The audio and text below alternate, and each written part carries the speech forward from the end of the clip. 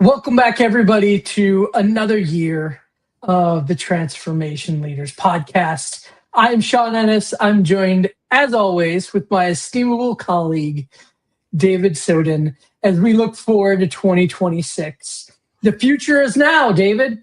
We'll talk a little bit about where we think the puck is going, as Wayne Gretzky once said.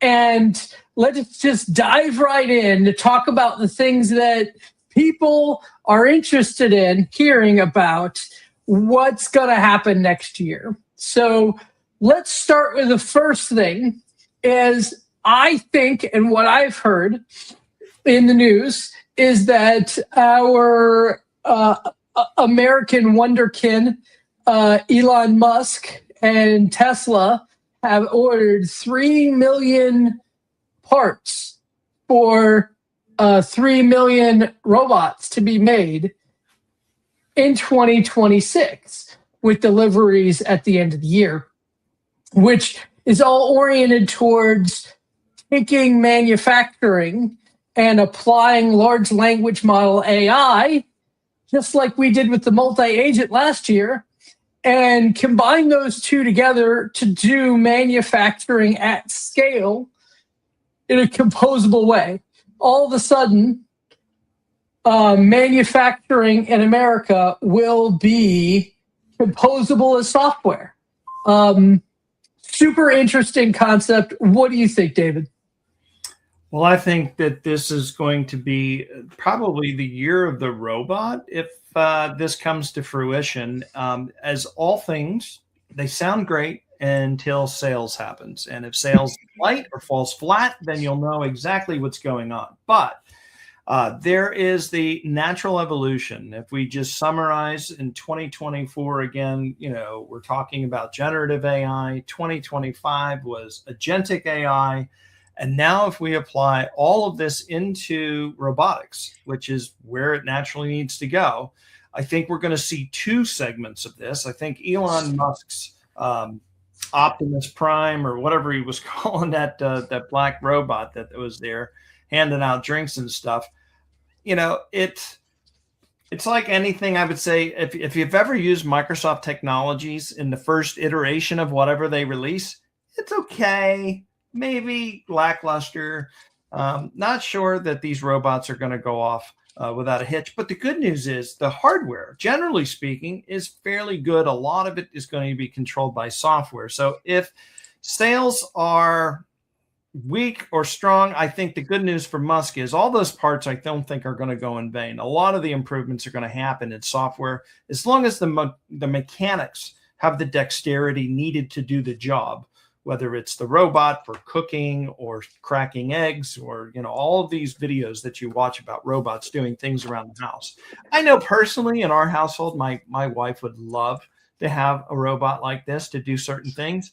And I think both my wife and myself to do and knock out our honey-do list by having a robot there. The only thing I think my wife and I are both equally uneasy about is we might have to power it down and put it out there next to the lawnmower in the shed. Maybe not too trusting about leaving it on in the middle of the night as we sleep, just because not so much that the robot's going to do something bad, but somebody can hack that robot. And it's new, right? It's newer technology, and there's going to be risks come along for the ride for that. So these are things that, whether or not they talk about it, these are the honest internal thoughts that I'm thinking about and have concerns. So I'm both excited and a little nervous at the same time.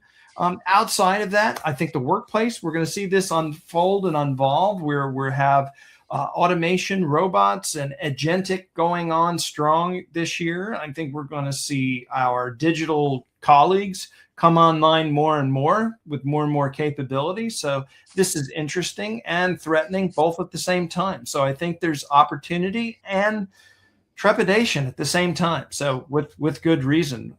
You share much the same or different opinion one way or the other, or kind of where are you landing on any of this?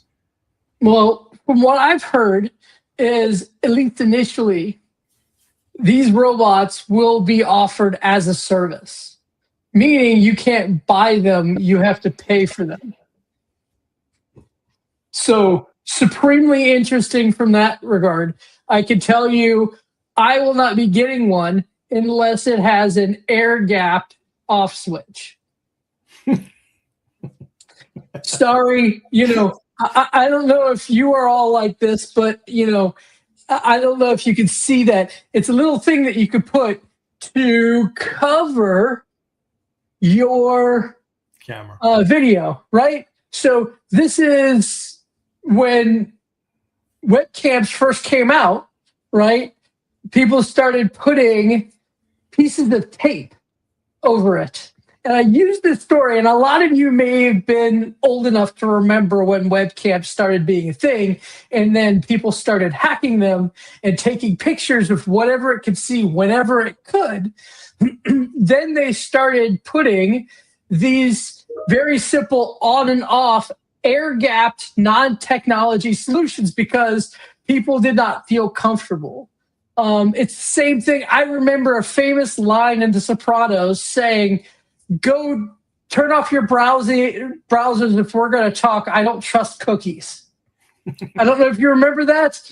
But this is something that everybody always is threatened by. Like, this is going to be a massive change to our culture and what it does. Yep. Yeah. I remember every year they say this is the year of the Linux desktop. You remember that? Right?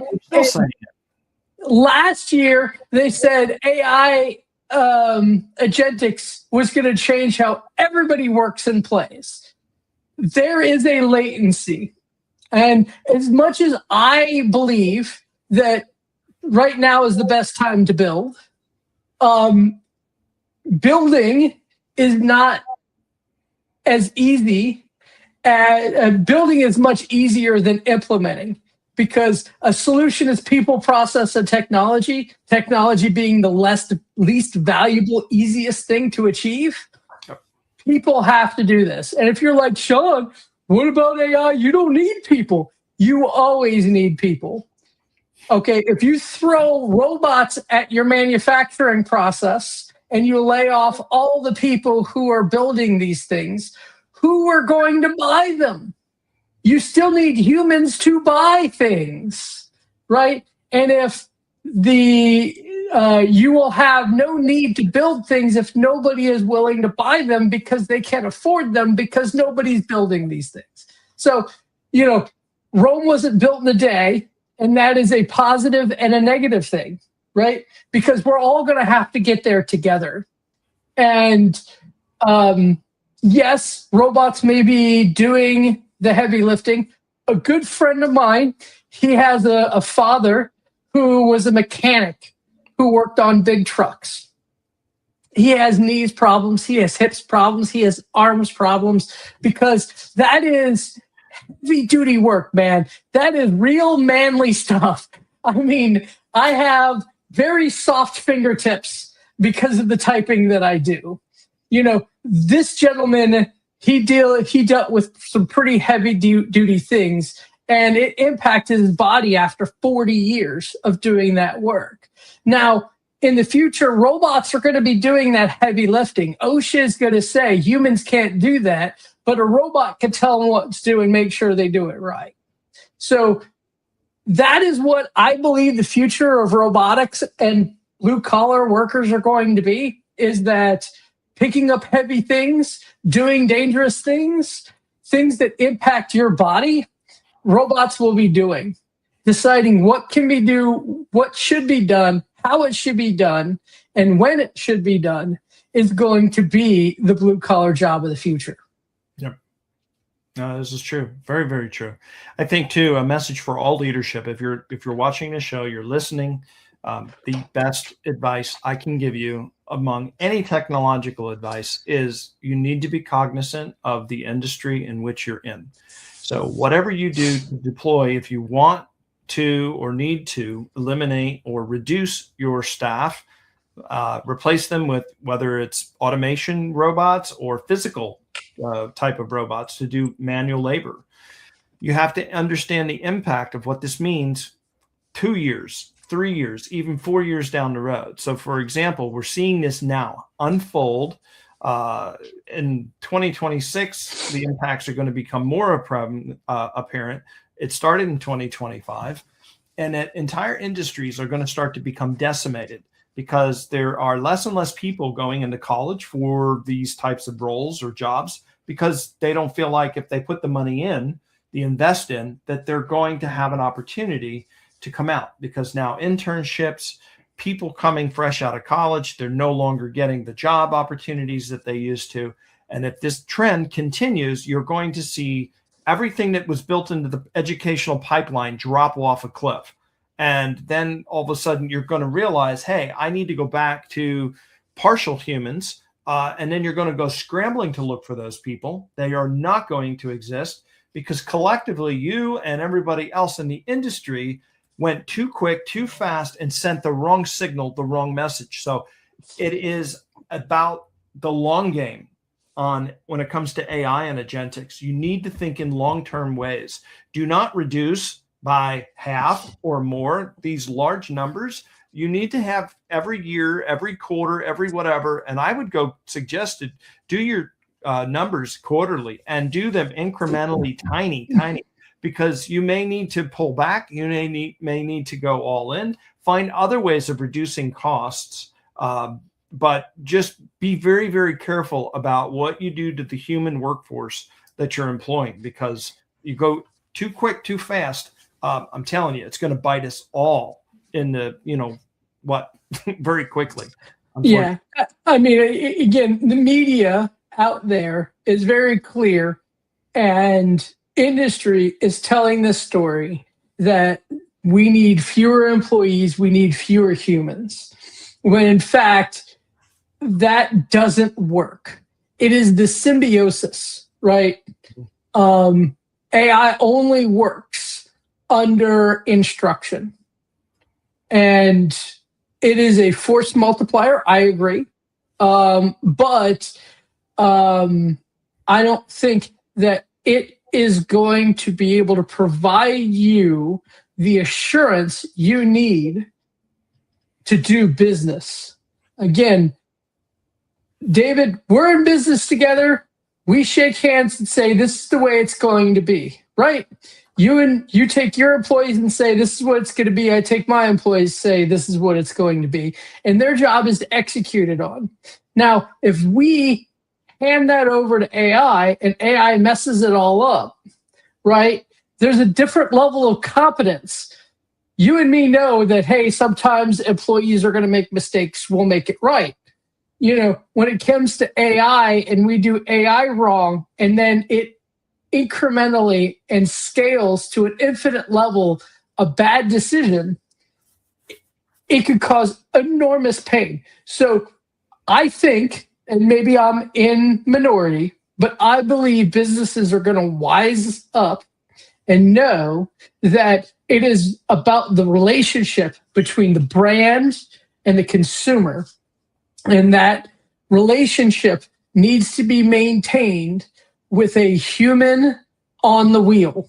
I'm not saying that the human is going to be the one carrying the packages or documenting, the data or pushing the ones and zeros, but a human is going to need to be a supervisor. And that is whether it is white collar or blue collar. I think a lot of the reaction people are having in 2025 with the layoffs they did were just couched under, hey, we need to reduce the size of our organization for a different reason. And I'm going to just say AI is the reason why I'm doing it. And I think that is going to continue. I think it is a very easy scapegoat to blame tech for reduction of force decisions now and into the future. But I think they're putting the blame on the wrong thing, because from the companies that I've talked to, very few are entrusting their customers' success solely to artificial intelligence. Yeah, and just to add the final topic or point on this, late last year, beginning of fourth quarter, I wrote this article. I posted it on my personal website. I'll share the link here below now. If you guys read this, this is talking about Amazon. It's talking about Microsoft. It's talking about Facebook. These are companies that are really big on staff reduction in order to reduce costs. However, when you get into the deeper research of this, and I've seen a couple other articles since I've written this one, talking about the very same thing, which was actually pretty good to see because it was justifying the fact and the data that I found. There's this facade that people are being laid off because of AI, and that's the rule that they're using. But in reality, all they're doing is they're shuffling the workforce for cheaper labor. And unfortunately, that cheaper labor is coming from offshore, nearshore, or somewhere other than where it needs to be. And the crux of the issue is that during COVID, they overhired and they needed a news cycle release to get out of from what they are to get a soft landing on it. So they blamed it on AI, which is good and bad. But from a insult to injury, I guess, standpoint, it's bad because it sends the wrong message to the industry. The wrong signals are getting sent out. Everybody thinks that AI is going, above and beyond awesome and wonderful, and they're freaking out. But the reality is these numbers are skewed because if you look at the H-1B visas applications and the things, there's a correlation, almost a direct mapping. So if I laid off 10,000 U.S. workers all of a sudden and said, oh, well, we've replaced them with AI. And now we look at the H-1B visas for, I'm going to make countries up, the Philippines and or Africa and or, I don't know, somewhere in the EU, maybe Ukraine or something. I don't know. But the point is, it's cheaper labor than what you would get here. And as a result of that, you are trading 10,000 humans for 10,000 humans, not 10,000 humans for AI. And so that's very misleading. And so that gets a little bit scary. There's also, I can't remember, I listed it off into the article, but there was a very popular company that basically said that they had all this wonderful AI technology, and it was a call center in India that was automating and doing all of this by humans. It was not AI at all. And so a lot of people invested in this company and they wound up coming out short. So anyway, the takeaway or the long short on this is just be very careful about the decisions that you make with regards to replacing any humans with technology, and a small modicum of discernment is needed to make sure that you're doing this in incremental, small bite size, as to not have everybody else in the industry drive away the humans out of the workforce because there's just no opportunity for them anymore. Okay. Moving on to the next item on the list here. We're talking about composable infrastructure and dominance. Yep. Sean, can you give us a few examples of what this is companies? This is the massive SaaS software industry, the software legacy vendors. Now that software is like tissue paper, and you could go through and completely create a new application in minutes.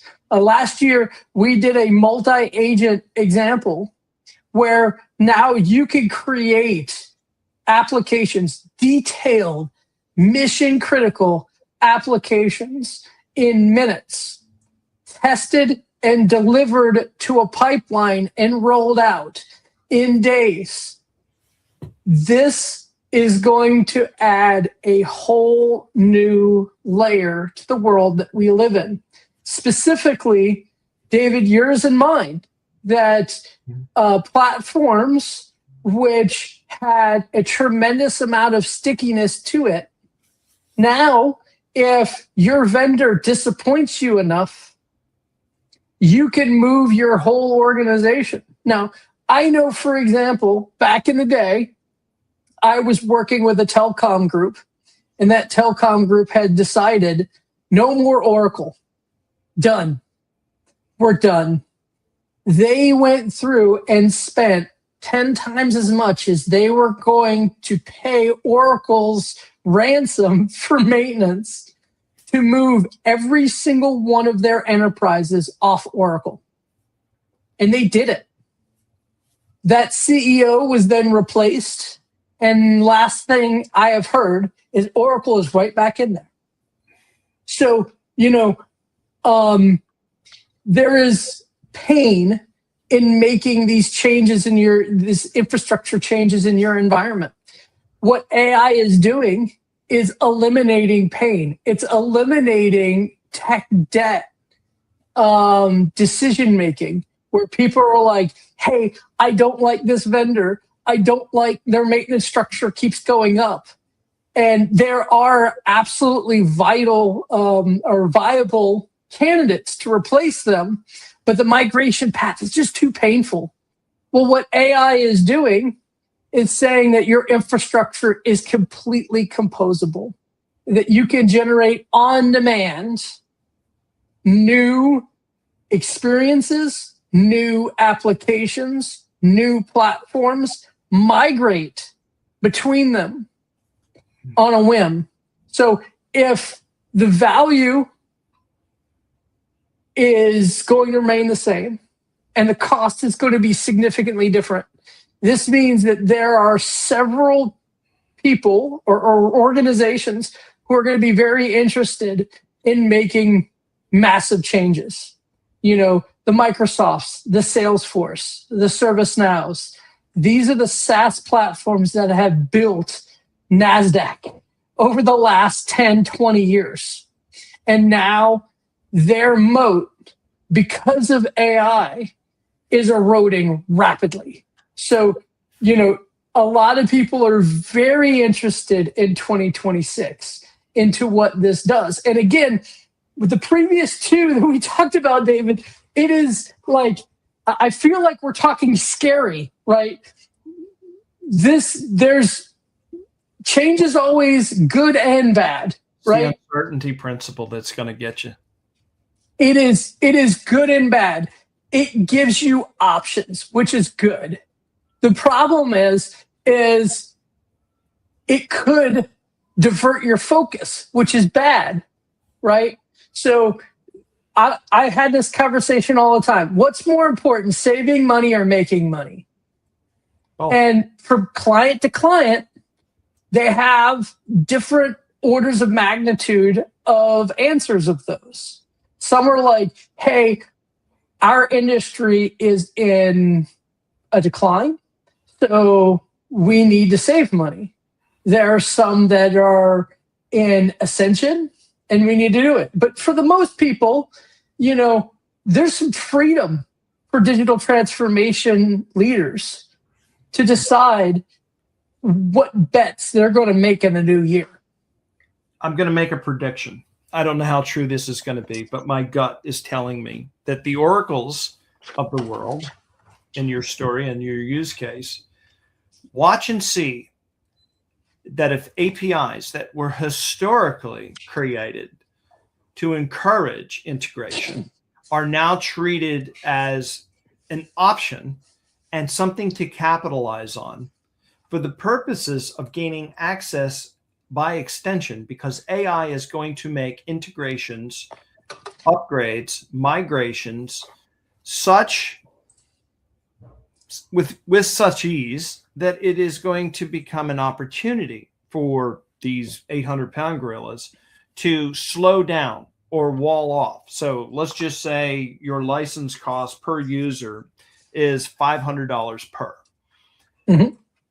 It'll still be $500 per, but if you want API access, it's going to cost you an additional $500 or $1,500, whatever they can to discourage access. They have the API, but if you want to gain access to it, because AI is going to sidecar a feature and leapfrog their technology, or they're going to do whatever, I bet that they either restrict it or charge exorbitant amounts of money in order to control that asset or control that growth. Now, that's only going to buy them a couple of days, weeks, months, or years.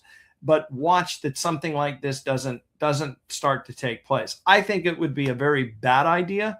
I think if anything, they should open it up and create MCP servers around it. But I think you're going to see both of these happening, where different strategies for different companies, and only time's going to be able to tell. But as you know, as we're talking about all of this, I think it's probably smart. Let's just say nothing changes. If you're a company and you have something like Oracle or Salesforce, these 800-pound gorilla systems, and you're waiting for a feature, you know they're not going to come out with it anytime soon. You can put a feature request in, but unless you are their number 2 or their top 50 customers or even 100, you're probably not going to see a lot of traction happening on that anytime soon. However, rather than rip out the gorilla and replace it, as per Sean's story, you can create these ancillary apps that enhance the technology, get you what you're looking for. And with AI and API access or even MCP access, these challenges become a thing of the past. So I think the architecture of all of this is just going to radically change. And I think, you know, there's opportunities for these vendors to see, hey, who's doing what? And maybe start to pay them. Hey, listen, let me borrow your code. Let's integrate this into our platforms. May not be per se exactly as whatever vibe coder or whatever customer wrote or whatever they've done. But I think there's opportunities for all kinds of really interesting, good things. It's always, you know, the glass is half full or half empty. And companies just need to get behind it and just say, hey, listen, let's get on this bandwagon. Let's ride this wave. Let's see what we can do creative. We just need to figure out how are we going to handle this at scale and at volume. And if you can get that part figured out, oh man, what an interesting future this is going to be. Yeah. And again, so the next one that I wanted to bring to your attention is what I'm calling the personalization operating system. So we now exist in a world where every time you make a call, every time you go to a website, every time you start a chat, every time you send an email or get a phone call, you can have a completely tailored experience, because the cost of vibe programming, the cost of AI omnichannel has dropped so much so, and that the latency has dropped so much so that we can provide you a on-demand interface customized to you. And the future 2026 may be where the true form of hyper-personalization get to a point where everybody has their own experience operating system, that when you call in, they know who you are, what you like. You know, you prefer a Southern accent versus a Pacific Northwest, right? So you and your proclivities, just like light and dark mode. Remember light and dark mode, right? The canary in the coal mine of personalization is light and dark mode. Imagine taking that to the next level, where when you go in to your favorite restaurant, they know exactly what you prefer to order. They know that you like Coke and not Pepsi, right? This is the world that we're living, and this idea of a personalized operating system is something I believe that's going to be very big in 2026. I think retail marketers would be well advised to seek your consultative services on that, sir.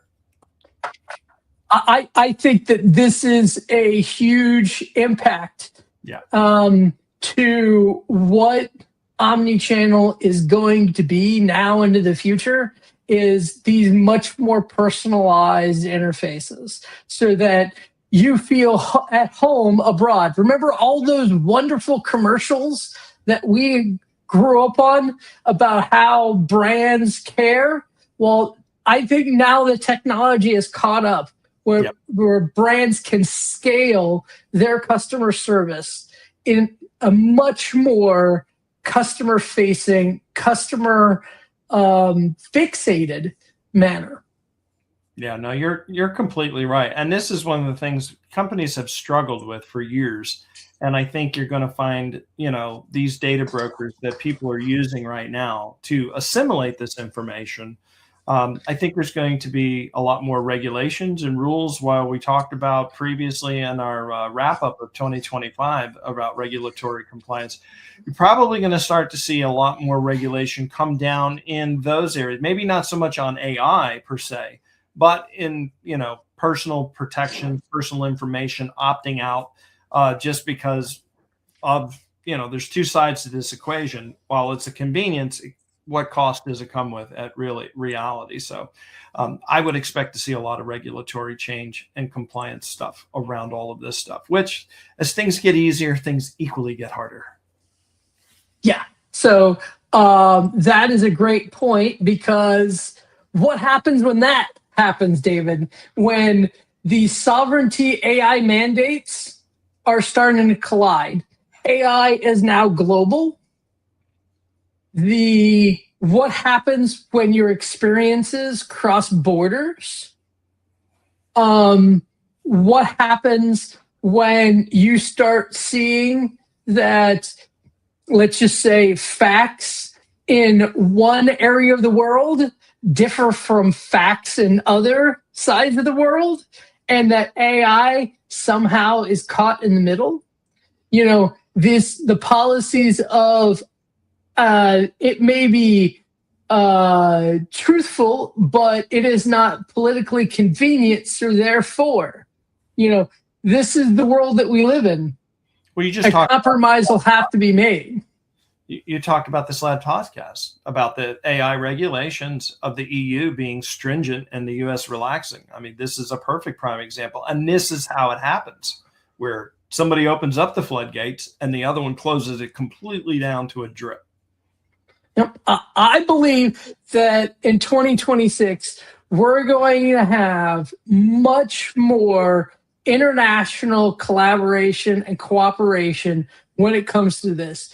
We're going to have a UN level discussion about how sovereignty in the world of AI is going to be how it's going to work, because right now it doesn't. And it is impeding the ability of global, national, and regional players to move in their spaces and out of their spaces because of these limits. And I can tell you, the world does not want that to continue. It's just going to be a drag. It's going to be splintering. And as we all know, the world loves consolidation. So I believe that's my prediction for 2026. There will be a UN level discussion and agreement around the use and the compliance of AI. And there will be a lot of exceptions for different countries in that. But there will be a level of collaboration and a standard where, if, like GPDR as an example, how we can all exist on a single plane. Yeah, and unfortunately and sadly, there's polarity in everything. We see it now. I've never seen such, and while there's polarity, it's equalized polarity. There's not a whole lot. Even if you look at the political system and the political divide in the US, there's not a great degree of margin. I mean, I've seen it in the last 10 years fluctuate between 46 to 54%.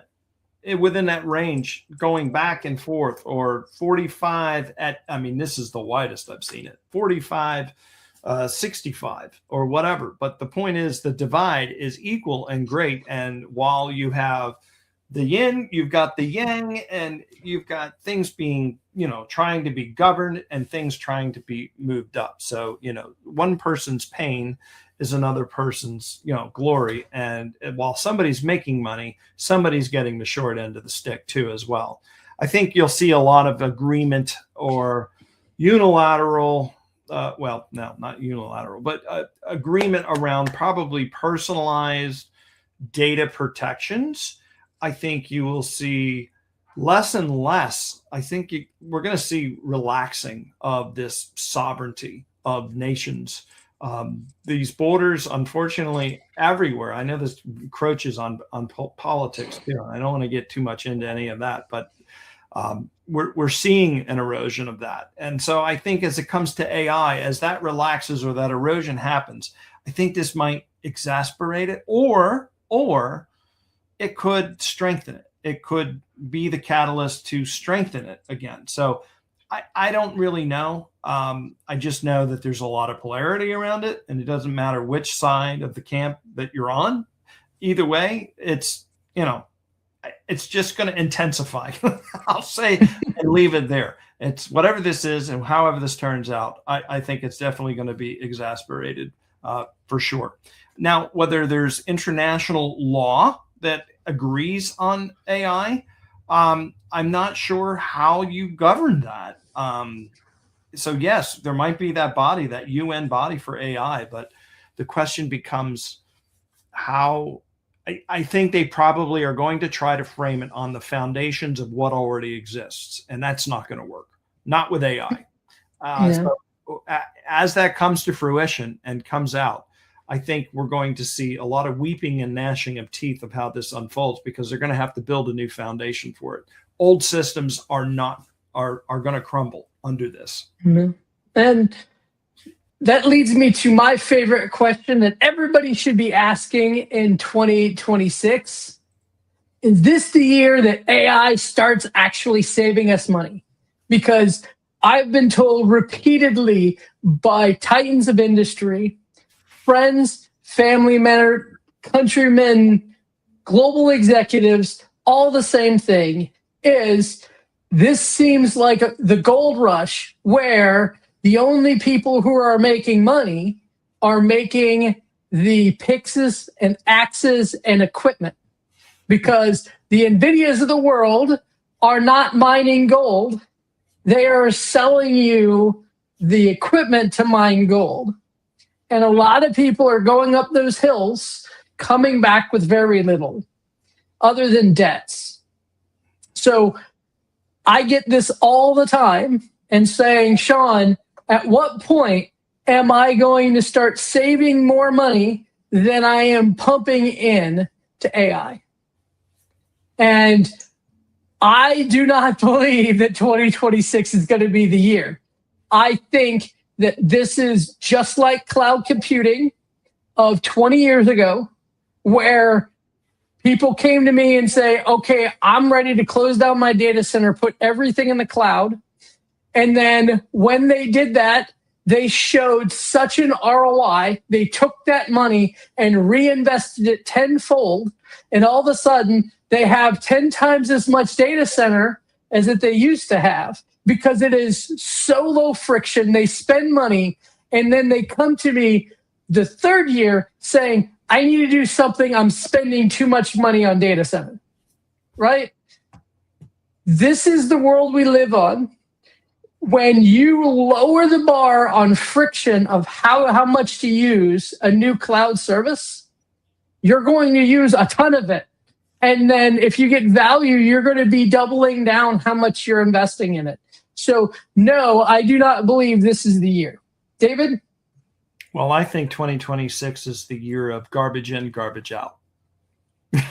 Meaning that it's the same as every other year. As long as you try to figure out what you're going to do with your ROI, it comes down to observability. It comes down to baseline metrics. And if you have done the same old thing that you've done with every other technology and every other year, you have to know where you are today.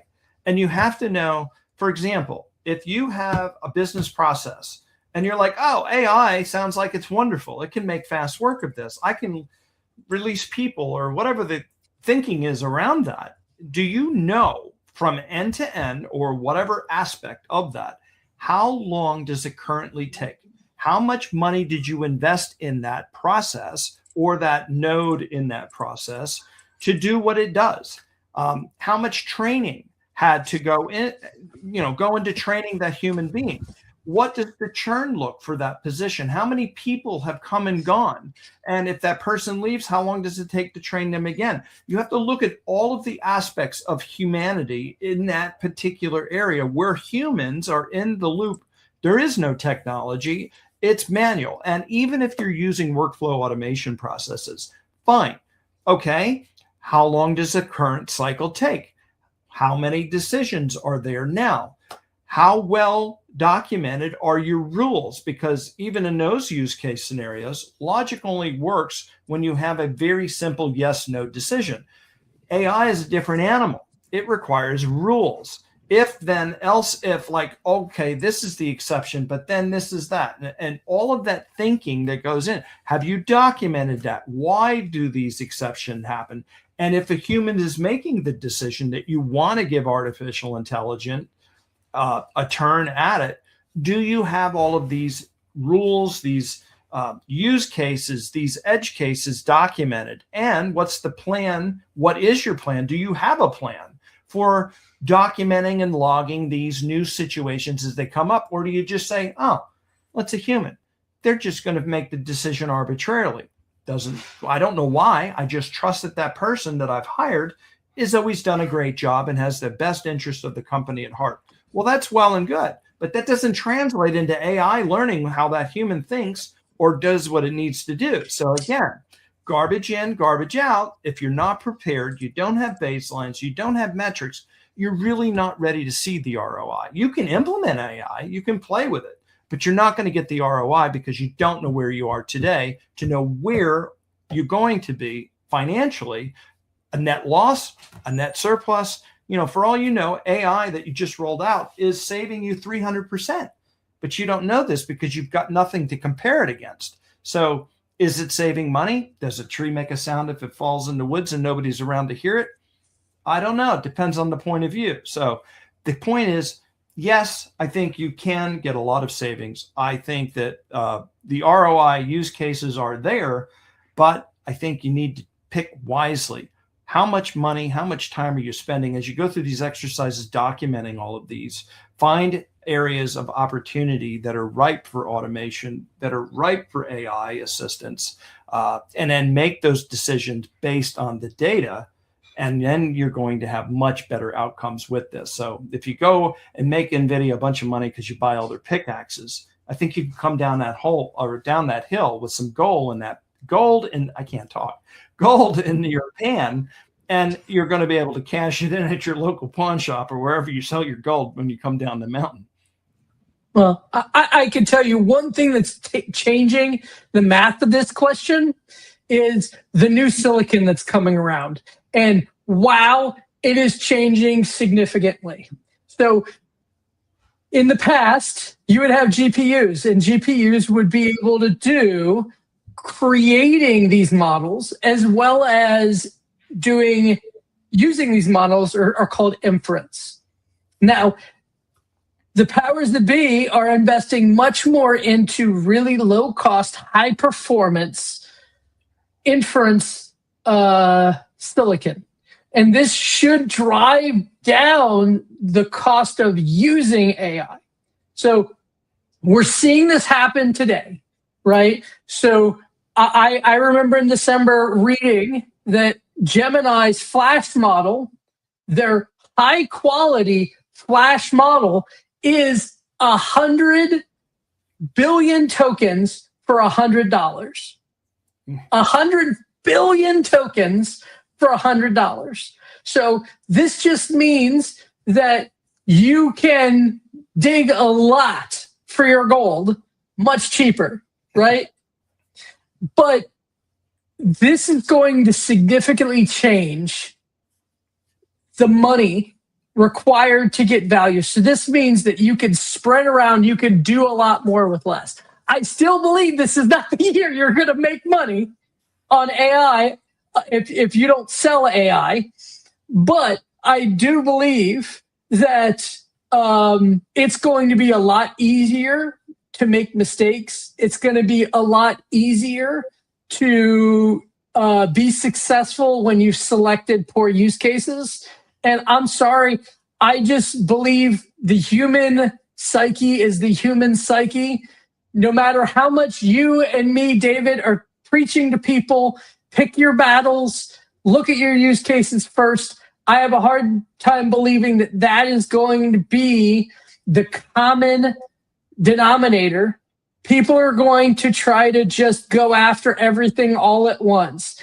And this is something that's going to help them. I think 2027 is when we start seeing the real value of AI because of things like this. The hardware is going to get cheaper. And because the hardware is cheaper, people will be able to be less efficient with its use and still get value. The implementation will get ubiquitous too. Not only will this help accelerate that, but the steps that we've taken for the last 2 years through 2024, 2025, and even into early 2026, it is still laborious to implement, and there's lots of steps to it. So yeah, I would definitely say that as these types of technologies come online, and we have things like Google that knocked it out of the park late last year, I think if the trend continues, I would say, yeah, you're probably right. I think a lot of people will start to see a lot more revenue increase or ROI in 2027 because of how cheap it is to get in, because it's more affordable to, like you said, to make those mistakes. But by and large, don't wait. You can get started if you use a little bit of modicum of common sense and strategy behind that to just make sure that you know where it is. And I think Sean and I constantly say this to people internally or even customers. Don't try to bite off more than you can chew. Don't boil the ocean. That's something that I always say about boiling the ocean. And they're like, what do you mean? It's like, it's much easier to boil a cup of water than it is to boil the entire ocean. It's too much energy, too much time, and it's just daunting to begin. Well, absolutely. But I'm of the opinion that most people do exactly what you're telling them not to. Yes. We see it every day. So, the last thing I want to talk about is next year, is this year, the year 2026, the day where is the year that AI native becomes a standard, meaning that every user interface, every experience, every piece of hardware, when you get in your car, when you get on an airplane, when you spend money at any point, AI will be the normal to be part of that experience versus the new hot feature. Is AI native going to be the standard? Yeah, I think we've seen that everywhere now. I mean, my refrigerator, we just had to buy a new one, and there's AI baked into all of these things. I mean, they started to say that it was there, but it's like, okay, you say it's got AI for the sake of AI, but what does that really mean? And in this case, it's done remarkable stuff with the engineering with regards to the hardware componentry that's AI aware, that allows it to be controlled, monitored, and it lowers the efficiency costs of the operational costs. So I couldn't believe, if you haven't had a chance, go to the LG or a bunch of the other websites and see how they're using and integrating AI to help with those energy standards. And again, that goes back to the regulatory stuff. So anyway, just things like refrigerators, probably washing machines, your toaster's going to have it soon. Yeah, I think most employees in corporate America will have AI as part of their weekly, if not daily, routine. Number two, you can see here, the estimate is by year end, 70% of workflows will have AI built in, and that any AI, any software or platforms will need to have AI embedded into it to be competitive by the end of next year. I think that is largely true on the much more common infrastructure and business enterprise applications. The Microsofts of the world, the Salesforces, the ServiceNows, the Udoos, all of those enterprise applications, ERPs and such, they will all be AI native by the end of this year. The question comes is, I don't think the industry specific applications move fast enough. And I think in your relative industries, telecom, banking, retail, I think you're looking at a 5-year window before AI native is the standard. So I am saying I believe this is going to be true for the large majority of common industry agnostic enterprise applications, but I completely disagree when it comes down to industry or vertical specific infrastructure and applications. So I think it's going to be a mixed bag. What do you think? I think one thing that people are probably not thinking about when they hear this or hear us talk about this is just because AI native becomes the standard, there's that next level of implementation. So just because your platform now has something that's AI native into it, let's just say you get a version upgrade of whatever, and now AI might be forced upon you just because it's there. That doesn't mean in all cases, it depends on the platform, depends on the system, that you have to implement it. However, in order to leverage it, you're going to have to potentially make sure your data is ready. You're going to have to make sure that certain processes, especially when it comes to task or workflow automations, that the workflow is set up in a way that supports it. I can say this, N8N just came out with their new version 2.0 and built from 1.0 to 2.0. I've got a bunch of workflows that I use in that. And just moving into that next generation, there is so many migrations that have to take place just from going from version A to version B. My workflows are a mess. I've got over 60% of my workflows that now need to be retrofitted, upgraded, and changed because the underlying core of technology, as it relates directly to AI, has changed so dramatically that I can't use those workflows from version 1 to version 2. And that's just a workflow automation platform. So that just brings about the pain that says just because something's native and ready to go doesn't mean that either A, it's turned on, or that it's going to just, magically turn itself on and auto configure itself. You're still going to have to do some effort. And that is going to have probably a year or two or more of lag time, depending on the size of the corporation. Yeah. So, that's the list that I had that I certainly want to go about talking about 2026. I hope you out there comment on what you're looking for, what your prediction for 2026 is. David, did I miss anything? I'd love to hear your feedback of if you have any predictions you want to cover on this. No, I think we covered a good chunk of this on our show. On the last show that we had, we gave a little bit of predictions about what we thought here. Obviously, we went much deeper into detail here. But, just as soon as we think we know something in the way that it's going to trend, everything changes, it seems, or feels like overnight. I do think, again, all of these hyperscalers are going to collapse all of these offerings into a more cohesive bundle, going to make the silicon that you talked about, the implementations are going to get easier.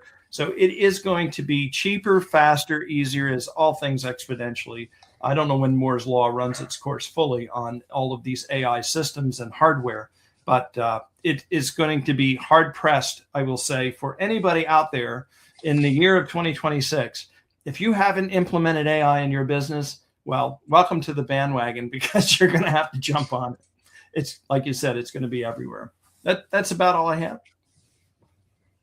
Excellent. So again, really want to call out to all of you in this new year. We want to hear from you. Reach out. If you have ideas, if you want to be guests, please reach out. If you're looking for help, if you're a builder and you'd love feedback or you'd love to have a conversation about us, reach out on LinkedIn. You could reach us there. You could reach out to us on the website, You can see the link at the bottom, Transformation Leaders Podcast.